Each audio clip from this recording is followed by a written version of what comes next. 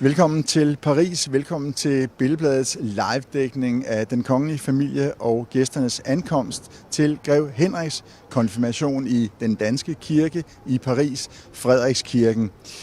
Mit navn er Ulrik Ulriksen, og ved min side har jeg Marianne Singer, og vi skal føre jer sikkert og fornøjeligt gennem de næste cirka 45 minutter indtil kl. 11.00, når konfirmationen den indledes herinde i Frederikskirken, som jo er et specielt sted, Marianne. Du kan fortælle lidt om, hvad det er for en kirke, Grev Henrik han skal konfirmeres i. Jamen, det er en helt speciel kirke, og den betyder meget for den danske kongelige familie. Det var jo kong Frederik den 9., som i sin tid i 1955 indviede kirken. Og han havde dronning Ingrid ved sin side. Kongehuset postede nogle flotte billeder fra den begivenhed her forleden på deres Instagram. Og jamen, så er det bare et samlingssted for danskere i Paris. Det er både et kulturhus, siger de, og det er der sker rigtig mange aktiviteter her for danskerne i Paris. Og det er et sted, som også prins Joachim og prinsesse Marie har et meget tæt forhold til. De har været her mange gange med deres børn til forskellige arrangementer, som vi også har dækket. Og der sker rigtig meget her i Rue Lord Byron, hvor den danske kirke i Paris ligger, fordi det ikke lykkedes ordensmagten at lukke af for trafik, og det betyder altså, at der stadig er folk, der kører igennem gaden her, og der er altså ikke længere end, Marianne, sådan cirka et kvarters tid til, at vi skal tage imod nogle rigtig spændende personer. Hovedrolleindhaveren Marianne, fortæl lidt om, hvad vi kan vente os sådan cirka kl. 10.25. Jamen, som de første er det jo konfirmanden selv, Grev Henrik på 14 år, som ankommer sammen med sine forældre, prins Joachim og prinsesse Marie, og sine søskende, komtesse Athena, grev Nikolaj og grev Felix. Og det er et kæmpestort øjeblik. Altså, vi ser jo ikke prinsefamilien så meget, som vi har gjort tidligere, fordi de bor i Paris. De har boet i Paris siden 2019, så derfor er det bare dejligt at se dem samlet hernede, og det er en glædens dag, det er en festlig dag. Ja, men altså, der er masser af glæde sig til. Solen skinner, altså, hvad kan vi mere? Forvente, det er bare dejligt. Præcis, og der er simpelthen så meget at glæde sig til. Det er jo altså lige om lidt, at vi skal tage imod de første gæster, det er hovedrolleindhaveren, vi skal tage imod her kl. 10.25, og når det sker, så er vi selvfølgelig væk herfra. Allerede her op til konfirmationen har der været gang i den her i gaden, om man så må sige. Vi har taget imod Haderslev Drengekor, som skal synge i kirken. Og de kom for et par timer siden og har varmet op, og vi har kunne høre dem inde i kirken, og det lød meget smukt. Og vi fik jo at vide, jeg talte lidt med korlederen, og vi fik også at vide fra Kongehusets kommunikationsafdeling, at det her kor, det var ikke tilfældigt selvfølgelig. Det er ikke tilfældigt, at det er dem, der kommer og synger, Marianne. Ja, og det vil du fortælle lidt mere om, ikke Uli? Fordi det var dig, der lige hørte det. Det var det nemlig. Men altså mig og Marianne, vi har også hørt Haderslev Drengekor tidligere. De har sunget til prinsesse Athena. Prinsesse Athenas barnedåb tilbage i, jeg tror det var det 2012? Det passer nok meget. Ja, i Møgeltønder Kirke til prinsesse Athenas barndåb. Der sang Haderslev Drengekor, og det var helt fantastisk. Haderslev Drengekor har så en koncertrække her i Paris, og har rettet henvendelse til prins Joachim og prinsesse Marie for at få lov til at komme og synge her til Grev Henriks konfirmation, og det har man selvfølgelig sagt ja tak til. Og jeg tror ikke, det er gæster, der er på vej ind her, men gæsterne skulle altså være på vej de første, og det er altså Grev Henrik, komtesse Athena, og prins Joachim og prinsesse Marie, grev Nikolaj og grev Felix. Og jeg ved ikke, om vi kan ikke løfte sløret endnu, men der er muligvis en overraskelse i bilen sammen med prins Joachim, prinsesse Marie og konfirmanden, Marianne. Ja, vi har faktisk fået at vide, at der kommer en overraskende gæst sammen med grev Henrik. Vi kan ikke sige så meget lige nu, men det er i hvert fald ikke en gæst, som vi ligesom forventede, vi komme i dag, så det er helt sikkert noget spændende, som vores læser kan glæde sig til at høre mere om. når de ankommer. Ja. Og hvis det er sådan, som vi har fået at vide, at den her gæst er med i bilen, så vil vi naturligvis i vores live-transmission fortælle om gæsten. Og I kan også læse om det på billedbladet.dk, Marianne, hvor vi jo dagen igennem serverer den ene fine artikel og masser af gode billeder. Den ene fine artikel efter den anden. Hvad kan vi egentlig forvente os af dagen i dag? Jamen, vi kan jo forvente, at der kommer omkring 50 gæster, og det er jo altså personlige venner gennem mange år, og det er familie, den franske familie, prinsesse Maries franske familie, som vi ikke ser så ofte, og så er det, så er det også selvfølgelig kronprinsfamilien. Det er også et stort øjeblik, når de ankommer, og de ankommer som de sidste. Og det er selvfølgelig dejligt at se, at kronprinsparret kommer med alle deres 4 børn. Prins Christian og prinsesse Isabella og tvillingerne Vincent og Josefine. Så det er også et stort øjeblik, og det glæder vi os selvfølgelig til, at de også er med. Ja, for det er jo med til at gøre den her fest så fornem. En kongelig fest, dansk fest midt i Paris. Det er ikke noget, man oplever hver dag. Det er faktisk noget, vi aldrig har oplevet før på den her måde. En kongelig konfirmation, dansk konfirmation i Paris. Marianne, det er en historisk dag. Det er på alle måder en historisk dag, og jeg ved da heller ikke, hvornår vi kommer til at opleve det igen, fordi at normalt så er dronning Margrethes børnebørn blevet konfirmeret i Fredensborg Slotskirke. Både prins Christian og prinsesse Isabella havde store fester der, også grev Felix og grev Nikolaj blev konfirmeret der, og faktisk også dronning Margrethe og hendes søstre, så det går langt tilbage, den her tradition med at blive konfirmeret i Fredensborg Slotskirke. Så det var jo en stor overraskelse for os, da vi fik at vide, at grev Henrik skulle konfirmeres her i Frederikskirken i Paris. Men så efterfølgende fik jeg jo mulighed for at spørge prinsesse Marie, hvorfor det faktisk var, at han skulle konfirmeres i kirken hernede. Og der sagde hun jo, at det var faktisk grev Henriks eget ønske. Og det synes jeg er meget fint, fordi han ligesom har sin base her nu i Paris, og de har boet her i 4 år. De flytter selvfølgelig her til Washington til sommer, men grev Henrik har boet de sidste 4 år, siden han var omkring 10 år gammel, har de jo boet i Paris, så det virker egentlig som et meget naturligt valg. Det gør det, og ja, det var en overraskelse, at der skulle være dansk kongelig konfirmation i Paris, altså ikke i Danmark, men nu står vi her i Paris, det er helt fantastisk, og på en eller anden måde, så er det et godt valg, synes jeg. Og vi er altså ikke de eneste, der synes det her det er enormt spændende. Selvfølgelig håber vi, at I derude, der kigger med, synes det her det er virkelig, virkelig spændende. Og vi kan love jer, at I bliver ikke skuffet, hvis I følger med den næste halve times tid, når den kongelige familie og gæsterne ankommer. Og nu kommer de første gæster faktisk allerede. Og derfor trækker vi væk her fra kirken. Ja, de første gæster ankommer altså nu, og der er faktisk også kommet danske turister forbi for at følge med i begivenhed. Peter og Henriette. Hej.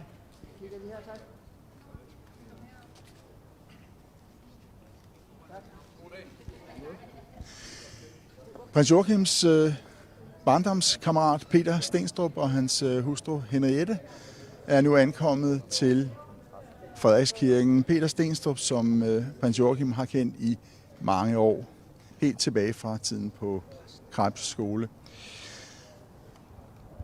Henrik Vig Poulsen, Malene Bentzen og ambassadør Michael Starbæk Christensen er nu trådt ud af Frederikskirken, og de står klar til at tage imod prins Joachim og prinsesse Marie, og naturligvis konfirmanden grev Henrik, som ifølge planen ankommer cirka kl. 10.25-10.30. Vi forventer faktisk, det bliver 10.25, medmindre at der er lidt trafikal støj på vej herind til kirken fra prins Joachim og prinsesse Maries private adresse.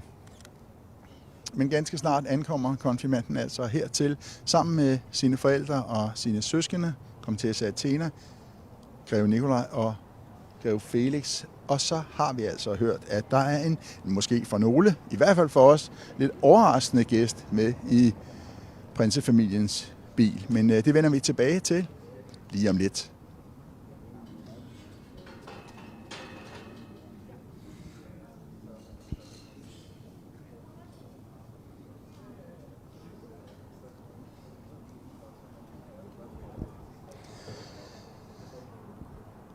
Som vi tidligere var inde på, så er det Haderslev Drengekor, der står for skønsangen i kirken i dag. Og det er altså ingen tilfældighed. Haderslev Drengekor, der er et af landets allerbedste kor, og som altså også har en speciel relation til prins Joachim og prinsesse Marie. De sang til Athenas barndåb i Møgeltønder. Og nu er de altså her i Frederikskirken. Og Marianne, vi tog imod, eller vi så Peter Stenstrup og Henriette ankomme. Peter, som prins Joachim har kendt helt tilbage fra tiden, tidligere år på Krebs skole, en rigtig nær ven. Der er flere nære venner på vej også. Hvem kan vi forvente at se blandt andre? Jeg tænker Simon Bast for eksempel, også en ven fra skoletiden, kunne være blandt gæsterne, men også selvfølgelig måske Martin Berner, som er en del af prins Joachims racing team, men altså frem for alt så tænker jeg, at vi for eksempel ser Oscar Sisby og hans hustru Britt Sisby. Er det? Fordi de ligesom, altså Britt Sisby er jo har stået fader ved Grev Henriks.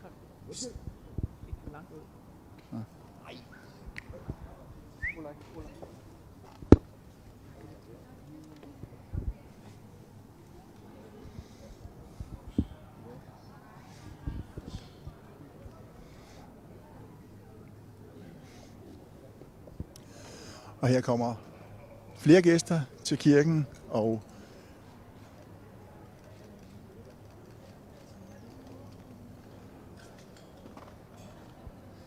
det er altså lige på dette tidspunkt, at vi også venter at se prins Joachim og prinsesse Marie.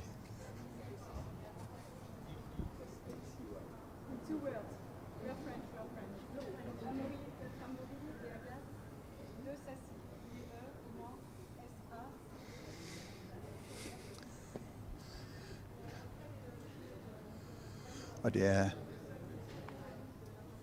er familien de Sassy, den franske familie de Sassy, der ankommer hertil.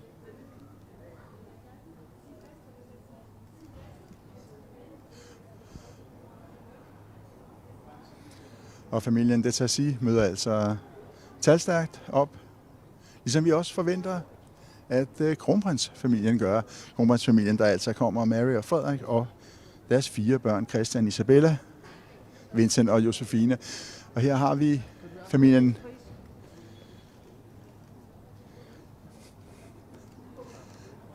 Ellefeldt Laurvig,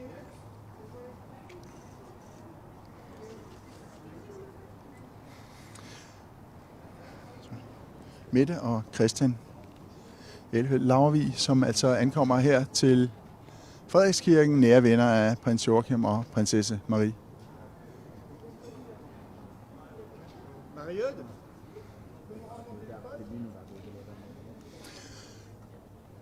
Og så ser vi for enden af gaden Oscar Sisby med fru Britt, der også ankommer her til kirken.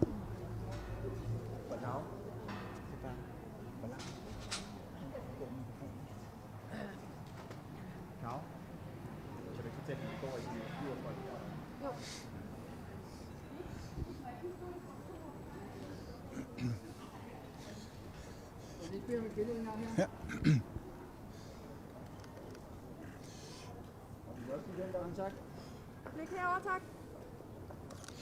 Mette og Christian, et enkelt spørgsmål. Hurtigt.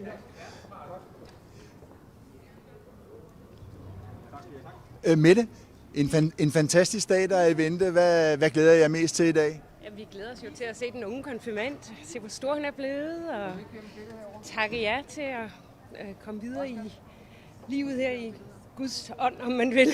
Og hvordan er det at være til dansk kongelig konfirmation i Paris? Det synes jeg er en stor oplevelse. Absolut. Ja. Vi har glædet os meget og med det flotte vejr her og den her fantastiske by. Og at det så samtidig bliver så dansk, som det næsten kan blive, så kan vi jo ikke få det bedre. Ja. Nu kommer konfirmanden. Og Christian Scherfi og Agnete Arnø ankommer også, Christian Scherfig, der er konfirmandens fader. Nu ankommer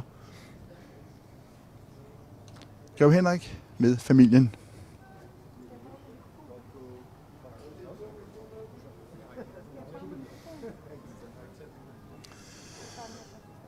Og vi kan se, at der er altså den her overraskelse med i bilen. Det er grev Henriks gode danske ven, Louis, som er taget med i bilen her. Tillykke. Tillykke, grev Henrik. Tillykke. S'il vous plaît, voilà vers nous. Bonjour.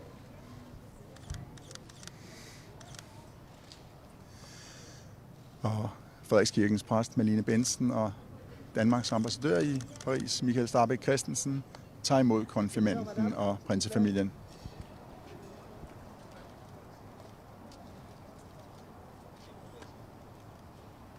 Vi taler sammen.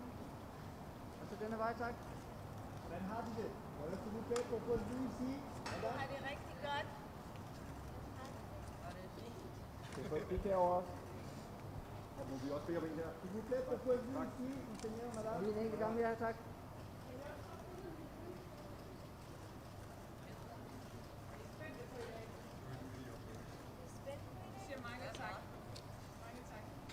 Tillykke med den store dag.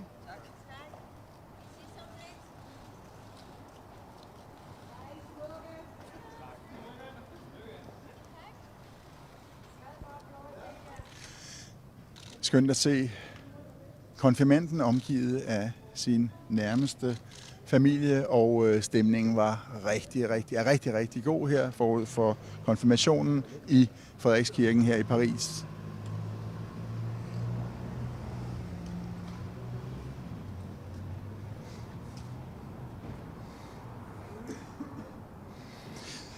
Marianne, sikke en ankomst. Ja, det er fantastisk, og hvor så prinsesse Marie flot ud og lyst flot op i sit pinkesæt, og jamen, det var en glad konfirmand, synes jeg. Vi så spændt, og så havde han jo en stor overraskelse til os ved, at han havde sin skolekammerat fra dengang han gik på Sankt Josefs Søsternes skole i Ordrup. Louis med. Louis stod meget diskret ude i siden og kom så ind i billedet til sidst. Men det er dejligt, synes jeg, at tænke, at grev Henrik simpelthen har holdt kontakten til en skolekammerat fra sin tid i Danmark. Han startede jo på skolen Sankt Josefs Søstrene i 2015, og så han har jo nået at være elev på skolen han nåede at være elev på skolen i 4 år. Så det har jo betydet meget for ham, kan man jo så mærke den tid, at han så nu har en skolekammerat med i dag. Og det er også noget, man typisk gør i Danmark. Der har man jo også tit den tradition, at man inviterer skolekammerater, veninder, venner med til sin konfirmation. Så det er dejligt, at Louis han kunne komme fra Danmark i dag og være med til at fejre sin gode ven Henrik. Og Henrik virker som om, at han er 100% klar til dagen i dag. Han virker glad, han virker afslappet, og når man tænker tilbage på sin egen konfirmationsdag, der var man jo ret genert, og her står han foran et meget talstærkt dansk og internationalt pressekorps. Han klarer det godt her ved ankomsten. Jeg synes, han klarede det så fint. Altså, han er også heldigvis omgivet af både sine forældre, prins Joachim og prinsesse Marie, der er rigtig glade og var veloplagte. Og så har han også sine storebrødre, grev Nikolaj og grev Felix ved sin side, og lillesøster komtesse Athena. Og ja, som du siger, Ulrik, der er rigtig meget presse her i dag. Der er både, vi kan se presse fra Holland, Frankrig, og så masser fra Danmark. Så ja, det må også være lidt overvældende, tænker jeg, i forhold til, som du siger, som man husker, da man selv blev konfirmeret, at det allerede var meget stort for en, og ja, sådan lidt overvældende. Men her der er der altså masser af presse til stede. Men det synes jeg også, han tog helt roligt, og han virkede meget afslappet ved ankomst, og fin i sit jakkesæt.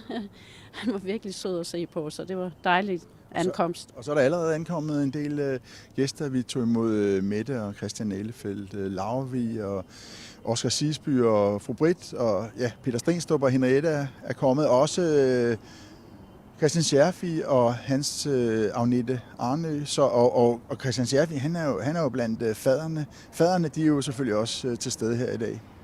Ja, det er også en tradition selvfølgelig ved konfirmation, at man inviterer sin fader med til sin konfirmation. Undskyld.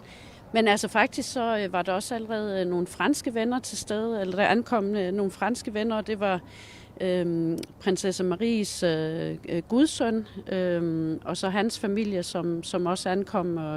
Så vi regner jo faktisk med at se en del både franske venner og franske familiemedlemmer her i dag. Og meget interessant, at vi tog imod den franske familien de Sassy.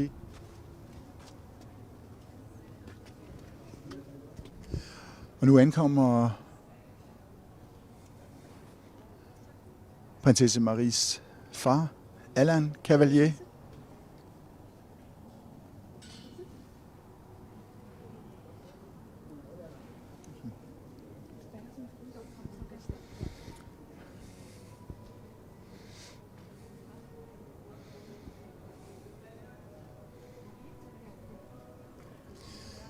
Og det er prinsesse Maries far, altså konfirmandens morfar, Alain Cavalier, der ankommer.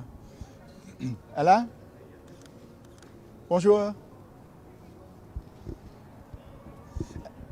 One picture, monsieur? Og Alain Cavalier går altså ind, og han har selvfølgelig en gave med til konfirmanden. Alain Cavalier, som også i de tidlige år i Danmark var en stor støtte for prinsesse Marie. Da prinsesse Marie gjorde sit indtog, om man så må sige, i Danmark, der var hendes far en stor støtte og en markant figur. De senere år har vi faktisk ikke set meget til Alain Cavalier, derfor er det jo ekstra spændende at se Alain, men også at vi glæder os også til at se resten af prinsesse Maries franske familie.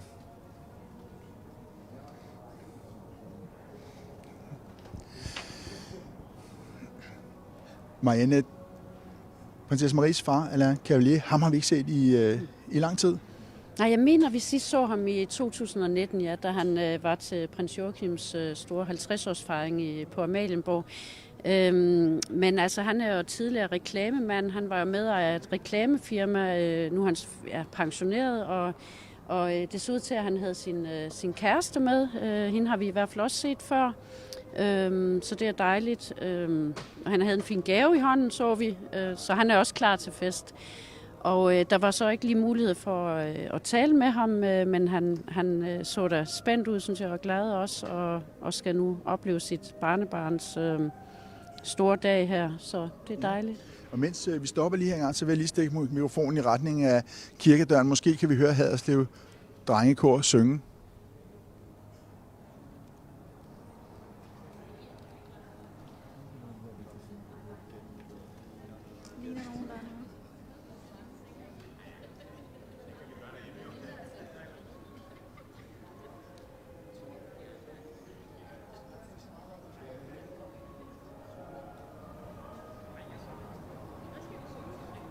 Ja, det er måske lidt svært at høre, men vi kan nyde skønsangen herude i Rue Lord Byron, hvor vi står. Det er altså Haderslev Drengekor, der synger, og dermed byder gæster og også konfirmanden og hans familie velkommen med den smukkeste sang.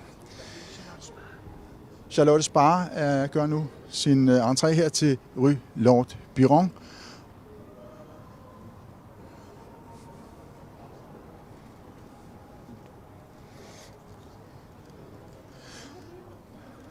Og også prinsesse Maries bror, Benjamin, er nu netop ankommet. Men altså Charlotte Spar og hendes mand, Henrik Willumsen. Og dem skal vi lige prøve, om vi lige kan få en snak med. Charlotte?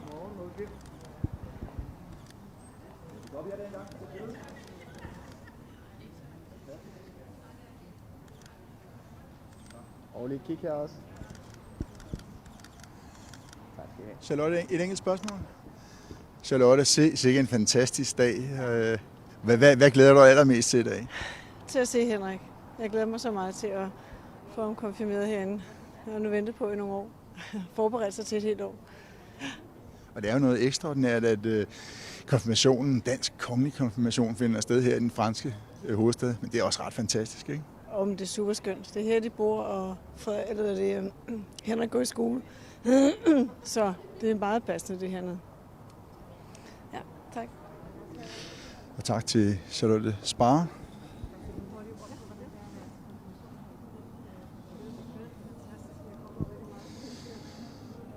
Og vi har lige fået en melding fra Billedbladets musikekspert, som jo ganske rigtigt informerer os om, at det jo lyder som om, at Haderslev Drengekor synger Anne Linnets smukke sang Forårsdag, og det er jo også ekstremt passende på en dag som i dag, hvor forårssolen skinner over den franske hovedstad.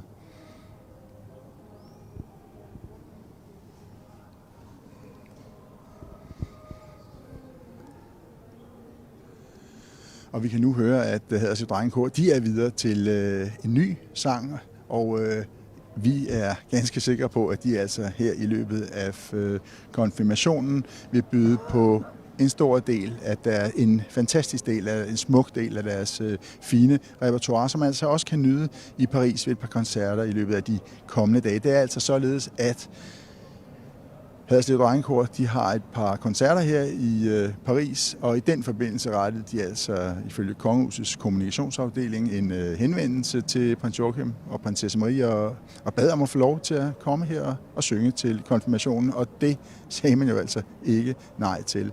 Og allerede nu kan vi sige, at Haderslev Drengekor er en stor succes.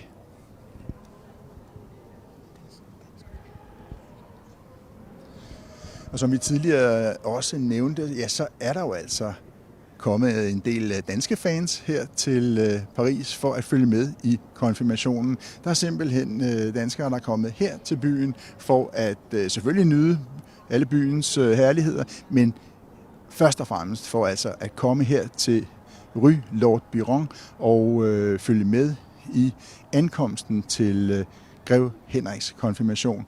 Og de er altså flere af danskerne mødt op med Dannebrogs flag og er med til at gøre dagen her midt i Paris til en danskerdag, i hvert fald her foran Frederikskirken i Rue Lord Biron.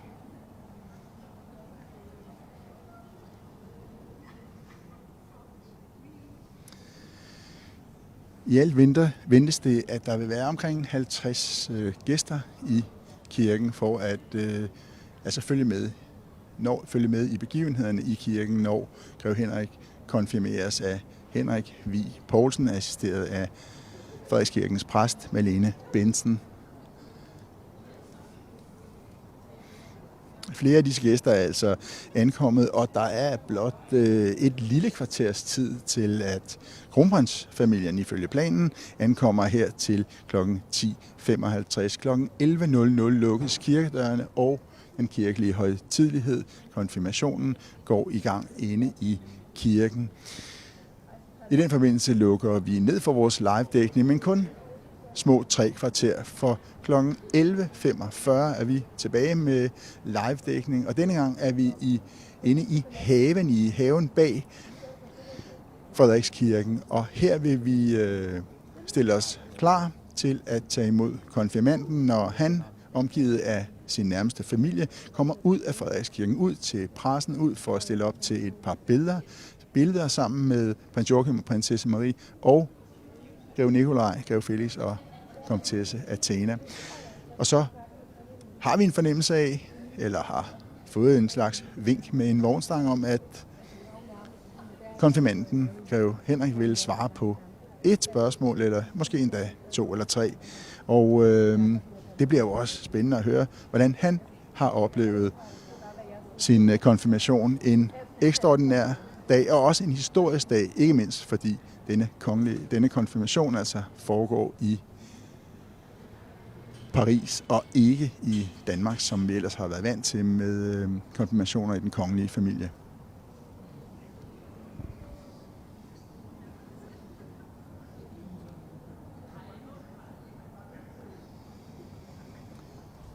Nu kan vi lige inden for døren se præsten Malene Bentzen stille sig klar sammen med Michael Starbæk Christensen, og det er altså for at gøre sig klar til at tage imod kronprinsfamilien. Marianne, det er jo et af højdepunkterne også i dag. Altså højdepunktet er naturligvis, at vi har taget imod konfirmanden og hans familie, men et andet højdepunkt, det er, at vi tager imod kronprinsfamilien.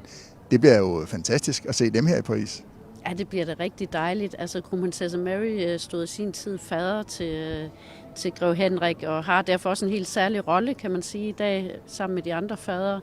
Så det er jo rigtig, rigtig dejligt at se dem hernede, og ja, også de sådan, ligesom samler familien på den her måde. Og nu hvor dronningen ikke har mulighed for at komme, så er det dejligt, at vi har kronprinsfamilien fuldtalligt til stede. Så det skal nok blive rigtig godt. Og det ser faktisk ud som om, at nu sagde vi jo tidligere, at vi ikke var helt sikre på, at de fik spærret gaden af, men gaden den er der spærret af. Det forløber jo fuldstændig fantastisk indtil videre, må man sige. Ja, det forløber fuldstændig fint med, at gæsterne ankommer med lidt mellemrum. Og så nu kom der igen, jeg tror måske det var Charles Cavalier, der kom. Det er en af prinsesse Maries brødre, som også stod fader til grev Henrik, og det må måske med sin kæreste. Og han er fra Alain Cavaliers tidligere forhold, så det er en af prinsesse Maries halvbrødre, vi lige så.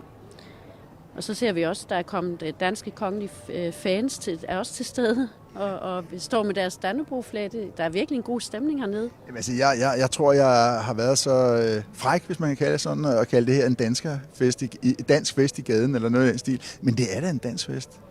Ja, det er det. Det er som om, altså, der er meget en fin dansk stemning over det hele, med et flot Dannebrog, der hænger over døren, og så som sagt de her danske royale fans, der også sørger for en god stemning med deres Dannebrog-flag, og så er der rigtig meget dansk presse og danske gæster, og det er en dansk kirke, så det er meget, meget fint dans det hele.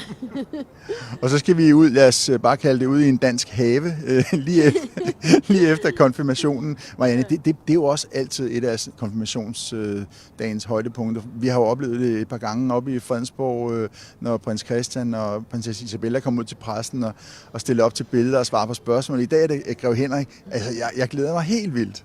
Jeg glæder mig også så meget, og jeg er så spændt på det, og jeg er helt sikker på, at hans forældre har forberedt ham på, at han nok kommer til at skulle svare på et par enkelte spørgsmål fra pressen. Og det gik jo rigtig fint, da både prins Christian og prinsesse Isabella stillede sig op ved deres konfirmationer og svarede på spørgsmål. Og jeg synes, de var også på en eller anden måde meget modige, fordi de på et tidspunkt så stod de også alene sammen med pressen, og det har vi ikke oplevet på den måde før. Og det klarede de jo fint, og det er jeg sikker på, at grev Henrik han også kommer til at klare rigtig fint i dag. Og vi går altså på klokken cirka 11.45 med den seance, som vi netop har talt om, altså klokken 11.45 fra haven bag den danske kirke i Paris, og at det er her konfirmanden omgivet af sin familie kommer ud til pressen, og vi glæder os til at tale med konfirmanden, som du jo for ganske nylig talte med. Marianne, grev Henrik stod du overfor i Grenaa, og I snakkede lidt konfirmation. Ja, det var pressen fik der mulighed for at stille ham et par spørgsmål og spurgte ham kort om hans konfirmation, og ja, jeg stillede ham også et spørgsmål om, hvad han glædede sig til med hensyn til gaver på den store dag. Det er også noget, der fylder meget hos mange konfirmander. Der var han meget beskeden, og jeg synes ikke rigtigt, at han vil afsløre nogen ønsker endnu, men det kan være, at han afslører noget her senere i dag. Og så glæder han glæder sig rigtig meget til at se sine venner og familie i dag. Og jeg synes, det er rigtig, rigtig sødt, at han har sin gode ven Louis med, at Louis han også er inviteret med, og ja, det er rigtig sådan, det er hans store dag, det er grev Henriks store dag, og det skal være hans ønsker, der også bliver opfyldt i dag på alle måder, og det tror jeg, de gør. Og et af hans ønsker, det har helt sikkert været at have sine 2 storebrødre med her i Paris. Og de har jo ikke ønsket andet end at være her og være sammen med Henrik i dag. Det var også skønt at se Nikolaj og Felix på hver sin flanke, da familien stillede op foran Frederikskirken. Det må også betyde meget for dem at være her i dag og fejre deres bror. Ja, Ulrik, vi har jo interviewet dem tidligere, kan du nok huske, kan du selvfølgelig huske, hvor de også talte om deres tætte forhold, altså Nikolaj og Felix talte om deres tætte forhold til deres små søskende, som de selvfølgelig ikke kan se så meget, efter de er flyttet til udlandet, til Paris. Og nu flytter de så endnu længere væk til Washington, så derfor så tror jeg faktisk, de værdsætter det ekstra meget, sådan nogle familiedage, familiefejringer. Og selvfølgelig også prioriterer det rigtig højt, at de kan være med til sådan en dag, fordi de har et tæt forhold til hinanden, de søskende. Og vi kunne rigtig godt tænke os også at stille et enkelt spørgsmål til Nikolaj og Felix, når vi kommer ud i haven bag Frederikskirken efter Grev Henriks konfirmation, og vi må håbe, at der bliver mulighed for det, men først og fremmest gælder det altså konfirmanden.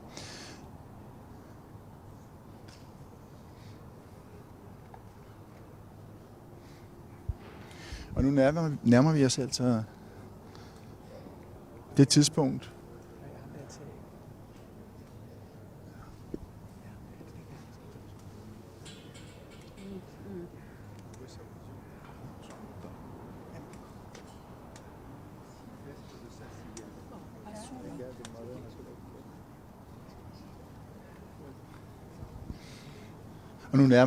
det tidspunkt, som vi har fået anført i forbindelse med kronprinsfamiliens ankomst. Og det er altså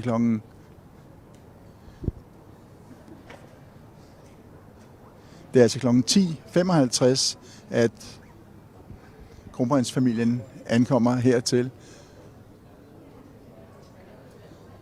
ifølge planen.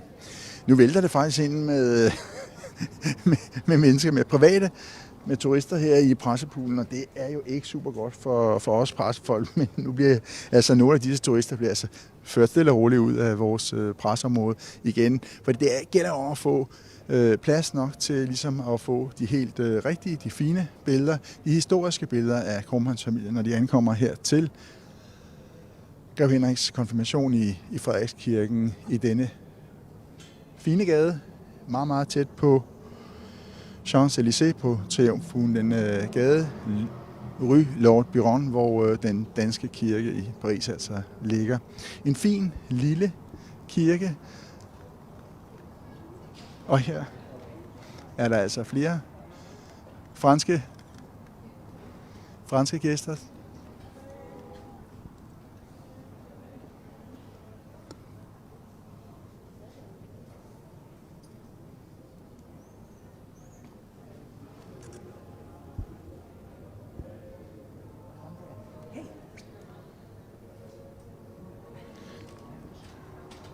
Her er der altså flere franske gæster, der lige er ankommet.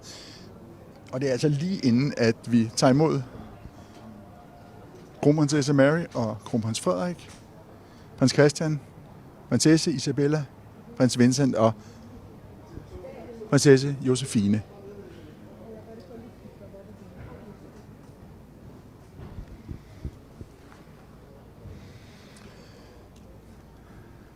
Og her ankommer kronprinsfamilien til Grev Henriks konfirmation i den danske kirke i Paris.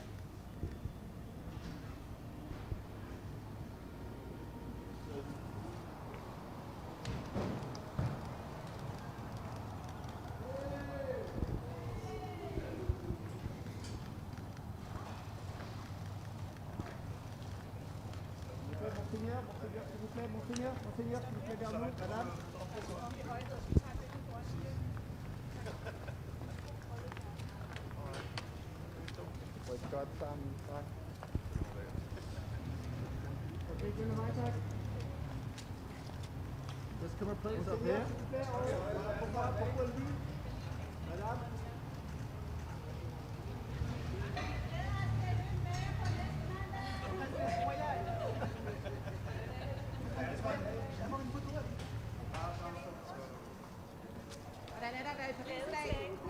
Det er fedt at være i Paris.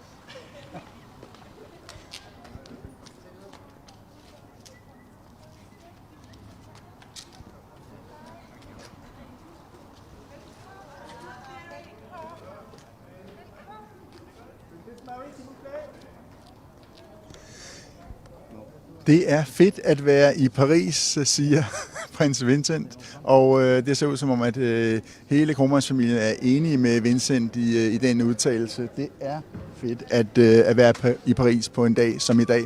Og et par af de danske royale fans, som har stillet sig op her i gaden, et par danske turister, de nåede også lige at sige til kronprinsparet og kronprinsfamilien, at de altså glæder sig til mandag den 29. maj at løbe Royal Run med kronprinsfamilien.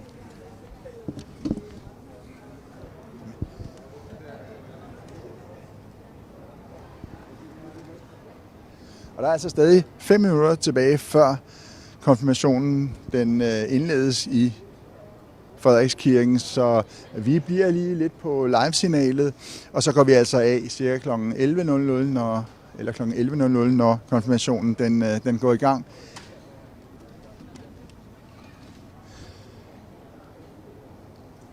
Så går vi altså af kl. 11.00, når konfirmationen går i gang, og 11.45 cirka er vi tilbage fra haven bag Frederikskirken, og her vil konfirmanden komme ud til os. Han vil være sammen med prins Joachim og prinsesse Marie og sine søskende i hvert fald, og komme ud til os, det danske pressekorps, det internationale pressekorps, som tager opstilling i haven.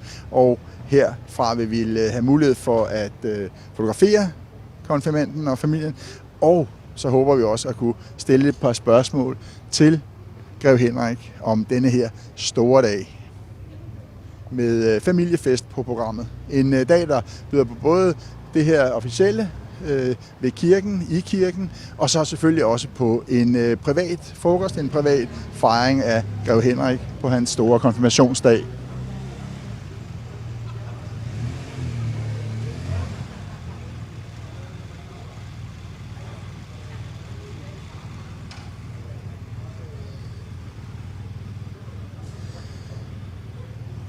Marianne, er det her et par konfirmationsgæster, der kommer kørende på motorcykel til konfirmationen? Hvad er dit bud? Ja, man tænkte lige ikke, det kunne da være lidt festligt på sådan en flot motorcykel, BMW-motorcykel, men mund dog. Vi får det opklaret lige om lidt. Jeg tror faktisk, at jeg synes, de kigger mod kirken, og det er da en cool måde at ankomme til konfirmation. Ja, det er da super sejt. Hvis det virkelig er også gæster her ved konfirmationen, så siger jeg bare, ja, det kunne det faktisk godt ligne. Ja, det er måske gæster. Det ser sådan ud, synes jeg. Men vi skal stille og roligt til at lukke af om lidt, og det vil vi gøre ude foran kirken, hvor vi lige stiller os op og taler lidt om det, der skal ske kl. 11.45.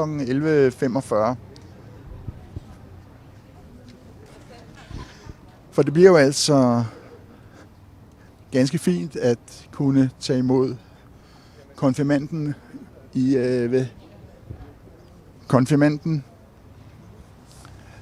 i haven bag Frederikskirken. Og Marianne, vi var her i aftes, og der var der fred og ro. De sidste forberedelser var i gang. Nu har der været fest i gaden, og vi er ikke skuffet.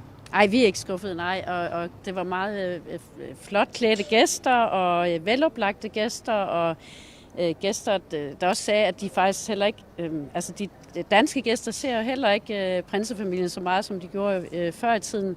Så det betød også ekstra meget for dem at komme her, og vi så en glad prins Joachim og hans familie ankomme, og så kronprinsfamilien her til sidst i flot festtøj og søde prins Vincent, der lige skulle sige, det er fedt at være i Paris, ikke? Så man kan godt se, det er ikke så dårligt egentlig at holde konfirmation i Paris. Så. Nej, der er virkelig lagt op til en fantastisk familiedag, og Marianne, vi glæder os bare til at følge med resten af dagen, og husk, at I kan følge med på billedbladet.dk hele dagen, hvor vi byder på masser af billeder her fra Paris og videoindslag, og så glæder vi os selvfølgelig også til at måske også lige at holde en lille pause, men at komme tilbage med live-dækning kl. 11.45, når Grev Henrik han kommer ud af kirken i haven bag Frederikskirken, kommer ud til os og sammen med sin familie, og der kan vi stille ham et par spørgsmål, Marianne. Så skal vi ikke bare sige på gensyn til... Ja, vi glæder os til at ses lidt senere igen. På gensyn klokken ca. 11.45, hvor vi er altså tilbage med live-dækning lige her fra Paris.